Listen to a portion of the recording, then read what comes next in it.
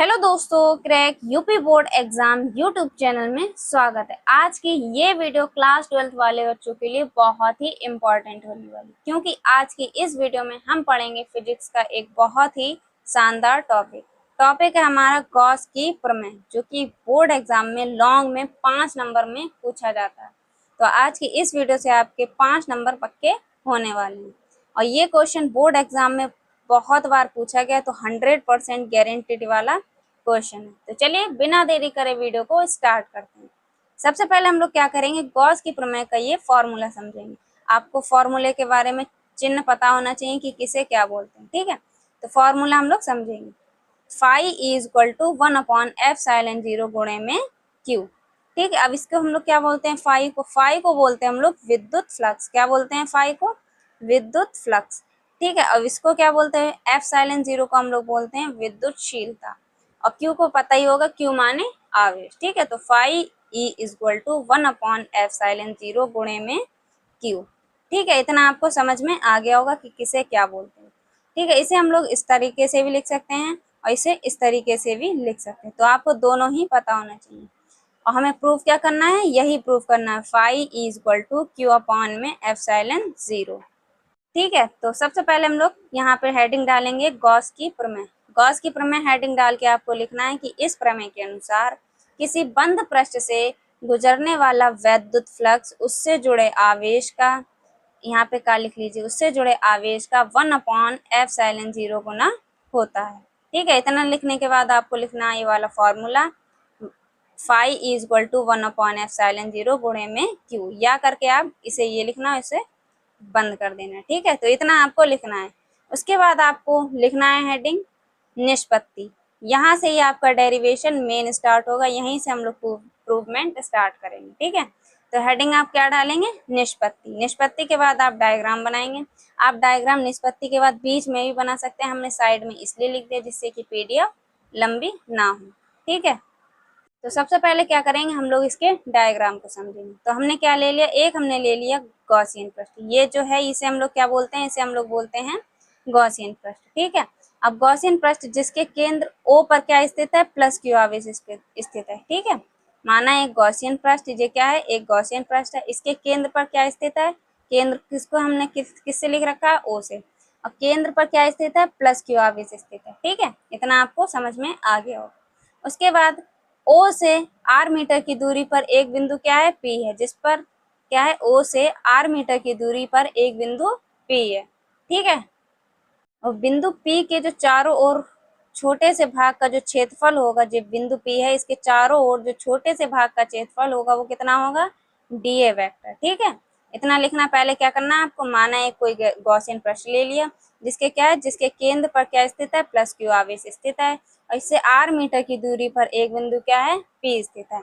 और बिंदु P के चारों ओर एक छोटे से भाग का जो क्षेत्रफल होगा वो कितना होगा, dA वेक्टर, ठीक है।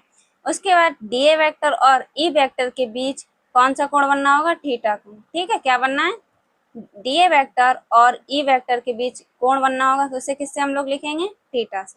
बस आपको इतना ही इसमें समझना है। अब लिखेंगे कैसे, आपने यहाँ पे हेडिंग डाल के, पहले आपने निष्पत्ति हेडिंग डाली, यहाँ पे आपको डायग्राम बनाना है। डायग्राम के बाद आपको नीचे लिखना होगा इसके बारे में, ठीक है। तो हमने क्या लिखा है, माना एक गॉसियन पृष्ठ, ये जो गॉसियन पृष्ठ है, माना एक गॉसियन पृष्ठ जिसके केंद्र पर क्या स्थित है, प्लस क्यू आवेश स्थित है, जिससे R मीटर की दूरी पर एक बिंदु P है। बिंदु P के चारों ओर एक छोटे से भाग का क्षेत्रफल D है, ठीक है। उसके बाद E, माना E वेक्टर और dA वेक्टर के बीच जो कोण बन रहा है उसे किससे हमने लिखा है, थीटा से। कोण क्या बनना है, थीटा। तब गोले के छोटे से भाग का हमें क्या निकालना है, वैद्युत फ्लक्स निकालना है, सॉरी, तब गोले के छोटे से भाग से गुजरने वाला वैद्युत फ्लक्स हमें निकालना है, ठीक है। तो हमने क्या लिख लिया, वैद्युत फ्लक्स का फॉर्मूला क्या होता है, dA d phi E is equal to E vector dot dA vector, ठीक है। अब जब आपको इतना तो पता ही होगा, तो जब भी हम लोग डॉट हटाते हैं तो क्या लगाते हैं, cos थीटा लगाते हैं। तो क्या हो जाएगा, d phi is equal to E dA cos theta, ठीक है। उसके बाद क्या करेंगे, इसमें जो E दे रखा है इसमें हम लोग क्या लगाएंगे, इसमें हम लोग फॉर्मूला लगाएंगे बिंदु आवेश के कारण वैद्युत क्षेत्र की तीव्रता। तो ई का फॉर्मूला क्या हो जाएगा 1/4 पाई Q अपॉन में R स्क्वायर। ठीक है, अब हमने ये फॉर्मूला जो लगाया है इसे आपको साइड में दिखाना भी होगा कि कौन सा फॉर्मूला आपने इसमें पुट किया। तो मैंने यहाँ पे साइड में चूंकि करके लिख दिया है, चूंकि is equal to 1/4 pi upon में R square Q upon R square. ठीक है, तो अगर आप ये साइड में दिखा देंगे आपका डेरिवेशन भी अच्छा हो जाएगा और लिखने का तरीका भी आपको आना चाहिए। अगर जो फॉर्मूला आप पुट कर रहे हैं उसे साइड में आपको दिखाना होगा। ठीक है, तो जब हम इसमें पुट करेंगे D phi E is equal to 1/4 pi Q upon में R square into D A cos theta. अब आपने ये सुना होगा कि D A cos theta upon में R स्क्वायर, ये किसका फॉर्मूला होता है, ये होता है घन कोण का। तो D omega is equal to D A cos theta upon में R स्क्वायर थीटा। तो हम इसकी जगह क्या रख देंगे, इसकी जगह हम लोग रख देंगे डी ओमेगा, क्योंकि डी ओमेगा का जो फॉर्मूला होता है वो क्या होता है D A cos theta upon में R स्क्वायर। ये स्क्वायर क्या हो जाएगा, इधर आ जाएगा। तो जब हम इसे पुट करेंगे तो ये इस टाइप से लिखेंगे D phi E is equal to upon में 4 pi Q into D omega. तो हमने ये पुट करा था तो ये हमने लिख के भी दिखा दिया है, क्योंकि D A cos theta upon में R square is equal to D omega. ठीक है, अब इसी प्रकार क्या करेंगे हम लोग संपूर्ण पृष्ठ के लिए फ्लक्स निकालेंगे। अभी तक हम लोग क्या कर रहे थे, छोटे से भाग के लिए फ्लक्स निकाल रहे थे। ये जो डी है, ये डी क्या दर्शाता है, ये डी दर्शाता है आपके छोटे से भाग के लिए। अब ये डी क्या कर देंगे हम लोग, जब कैंसिल कर देंगे तो हमारा क्या हो जाएगा, संपूर्ण पृष्ठ के लिए फ्लक्स निकल आएगा। ठीक है, तो इसको डी हटाने, डी कैंसिल करने के लिए हम लोग क्या कराएंगे, समाकलन करवाएंगे। तो जब इसका समाकलन कराएंगे क्या हो जाएगा, ये जो साइन है इसे हम लोग बोलते हैं समाकलन। मैथ्स वाले बच्चों को पता होगा पर बायो वालों को नहीं पता होगा। ये जो साइन है इसे हम लोग बोलते हैं समाकलन। संपूर्ण पृष्ठ के लिए जब हम निकालेंगे तो क्या करवाते हैं हम लोग, समाकलन कराते हैं। ठीक है, तो जब हमने इसका समाकलन कराया तो क्या आएगा, समाकलन D phi E is equal to 1/4 pi Q समाकलन डी ओमेगा। ठीक है, तो जब हम लोग किसी का भी जब हम समाकलन करवाते हैं तो डी ए जब हमने क्या करा, डी ए का समाकलन कराया तो इसका आंसर क्या आएगा, ए आएगा।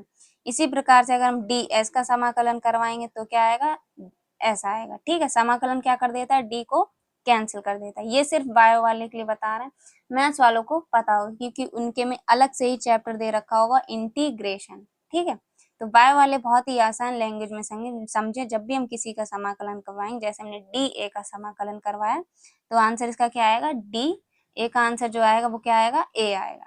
तो इसी प्रकार से अभी हमने इसका समाकलन करवाया डी फाई ई का, तो जब डी फाई ई का हमने समाकलन करवाया तो इसका आंसर क्या आएगा, फाई ई। ठीक है, और इधर डी ओमेगा का जब समाकलन करवाए तो क्या आएगा, ओमेगा। ठीक है, तो या करके आप क्या लिखेंगे, ये लिखेंगे, जे समाकलन डी को क्या हो गया, कैंसिल कर दिया। तो यहाँ पे क्या है, phi E is equal to 1/4 pi गुणे में क्यू और ओमेगा। ठीक है, उसके बाद क्या करेंगे, चूंकि करके लिखना आपको संपूर्ण पृष्ठ के लिए घन कोण। ठीक है, अभी हमने क्या निकाला, संपूर्ण पृष्ठ के लिए फ्लक्स निकाल दिया। अब क्या करेंगे, संपूर्ण पृष्ठ के लिए घन कोण। जो संपूर्ण पृष्ठ के लिए घन कोण होता है वो कितना होता है, 4 पाई। ठीक है, ओमेगा इज इक्वल टू 4 पाई। अब हम क्या करेंगे, ओमेगा का मान रख देंगे। तो तब करके आपको लिखना है कि phi E is equal to 1/4 pi गुणे क्यू गुणे 4 पाई। तो हमने ओमेगा की जगह क्या रख दिया, 4 पाई रख दिया। 4 पाई से 4 पाई क्या हो जाएगा, कैंसिल हो जाएगा। तो फाइनल हमारा जो प्रूवमेंट निकल के आएगा वो क्या आएगा, क्यू अपॉन में एप्सिलॉन 0। यही गॉस की प्रमेय, लास्ट में आपको लिख के भी दिखाना है यहाँ पे कि यही गॉस की प्रमेय। तो ये था आपकी गॉस की प्रमेय का डेरिवेशन, जो कि कितने नंबर पक्के करेगा, 5 नंबर। ये क्वेश्चन लॉन्ग में पूछा जाता और ये आपके 100% 5 नंबर कंप्लीट करवाए, क्योंकि ये बोर्ड एग्जाम में बहुत बार पूछा गया है। तो इस क्वेश्चन को आपको छोड़ना नहीं है। तो ये वीडियो आपको कैसी लगी, आई होप आपको ये डेरिवेशन बहुत ही अच्छे से हमने समझाया होगा।